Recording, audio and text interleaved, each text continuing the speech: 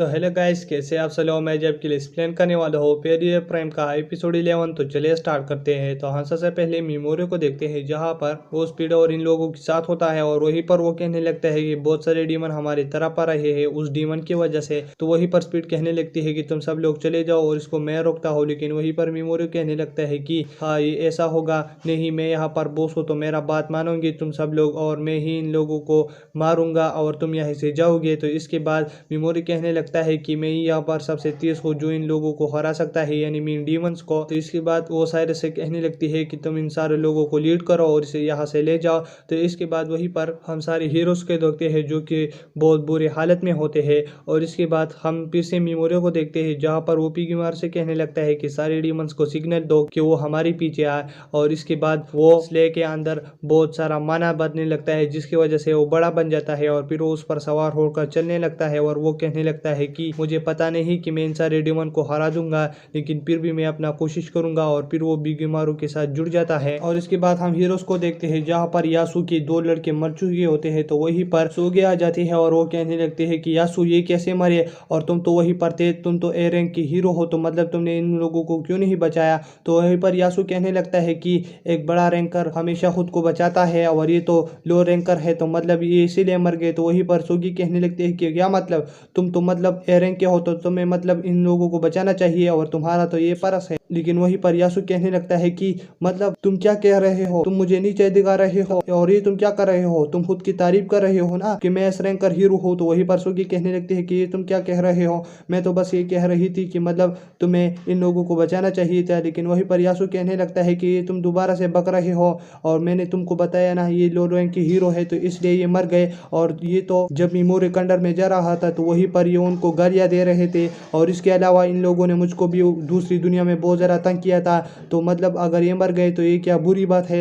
और फिर वहीं पर किरीहारा आ जाता है और वो फिर यासु से कहने लगता है कि तुम क्या पागल हो चुके हो, तुम अपनी जगह भूल चुके हो ना कि मतलब तुम ए रैंकर हीरो हो, तो क्या मतलब तुम सब लोगों से ज़्यादा ताकतवर हो, तुम कुछ भी नहीं हो और तुम्हें अपना जगह देखना चाहिए कि मैं कहाँ पर हूँ। तो इसके बाद यासु कहने लगता है कि अगर ये दोनों मर गए तो ये लो रैंक के थे और इसकी वजह से तुम मुझे डांट रहे हो। तो वहीं पर यासु कहने लगता है कि अगर तुम एस रैंकर हीरो हो लेकिन तुम फिर भी कुछ नहीं हो और तुम मुझसे नहीं लड़ सकते। और फिर वो अपना स्किल अनलॉक कर देता है। तो वहीं पर किरीहारा कहने लगता है कि तुम सच में पागल हो चुके हो। और वहीं पर यासु कहने लगता है कि अगर मतलब तुम एस रैंकर हीरो हो लेकिन तुम्हारे पास इनहेरिट स्किल नहीं है, यानी मीन्स हो गए। तो इसके बाद किरीहारा कहने लगता है ये तो सच है। लेकिन फिर इसके बाद यासु कहने लगता है कि हमारे पास एक बी रैंकर हीरो है लेकिन उसके पास इनहेरिट स्किल है, मतलब वो एक एस रैंक से ताकतवर है। तो मतलब एस रैंक सिर्फ कुछ नहीं होता, इनहेरिट स्किल भी चाहिए। तो वहीं पर ओयामाडा उस पर हमला करने लगता है, लेकिन किरीहारा कहने लगता है कि ये टाइम नहीं है और मैं इन लोगों को दिखाऊंगा कि मैं कौन हूँ।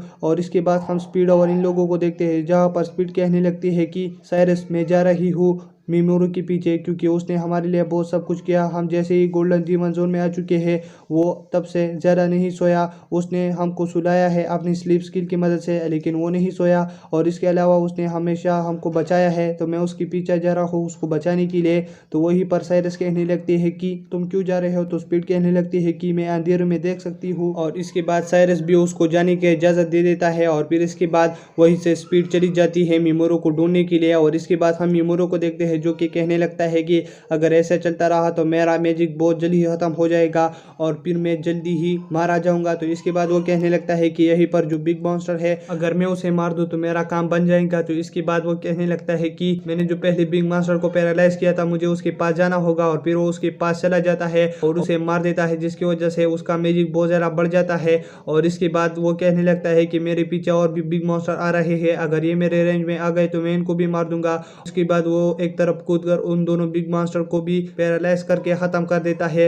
और इसके बाद वो कहने लगता है कि मुझे अब इन सारे डीमंस को मारना होगा, लेकिन वो अपने घोड़े स्ले से गिर जाता है, जिसकी वजह से वहीं पर सारे मॉन्स्टर उसके पास आने लगता है। लेकिन फिर वो सारे मॉन्स्टर को बिगीमारू के जरिए से खत्म कर देता है, जिसकी वजह से वो सारे डीमन मर जाते हैं। और इसके बाद हम किशिमिया को देखते हैं, जहाँ पर उसने एक डीमन को मारा हुआ होता है और वो ज़्यादा डरी हुई होती है। तो वहीं पर स्पीड आ जाती है और वो कहने लगती है मुझे इसकी तरफ मदद का हाथ बढ़ाना होगा। होगा, लेकिन वहीं पर इत्सुकी आ जाती है और फिर वो स्पीड पर हमला करने लगती है क्योंकि वो समझती है कि मतलब ये किशिमिया को मारने के लिए आई है। तो वहीं पर वो स्पीड को बहुत ज़्यादा खराब कर देती है और इसी के साथ ये एपिसोड खत्म हो जाता है। अगर आप मेरे चैनल पर नहीं हो तो मेरे चैनल को सब्सक्राइब करें और वीडियो देखने के लिए थैंक्स।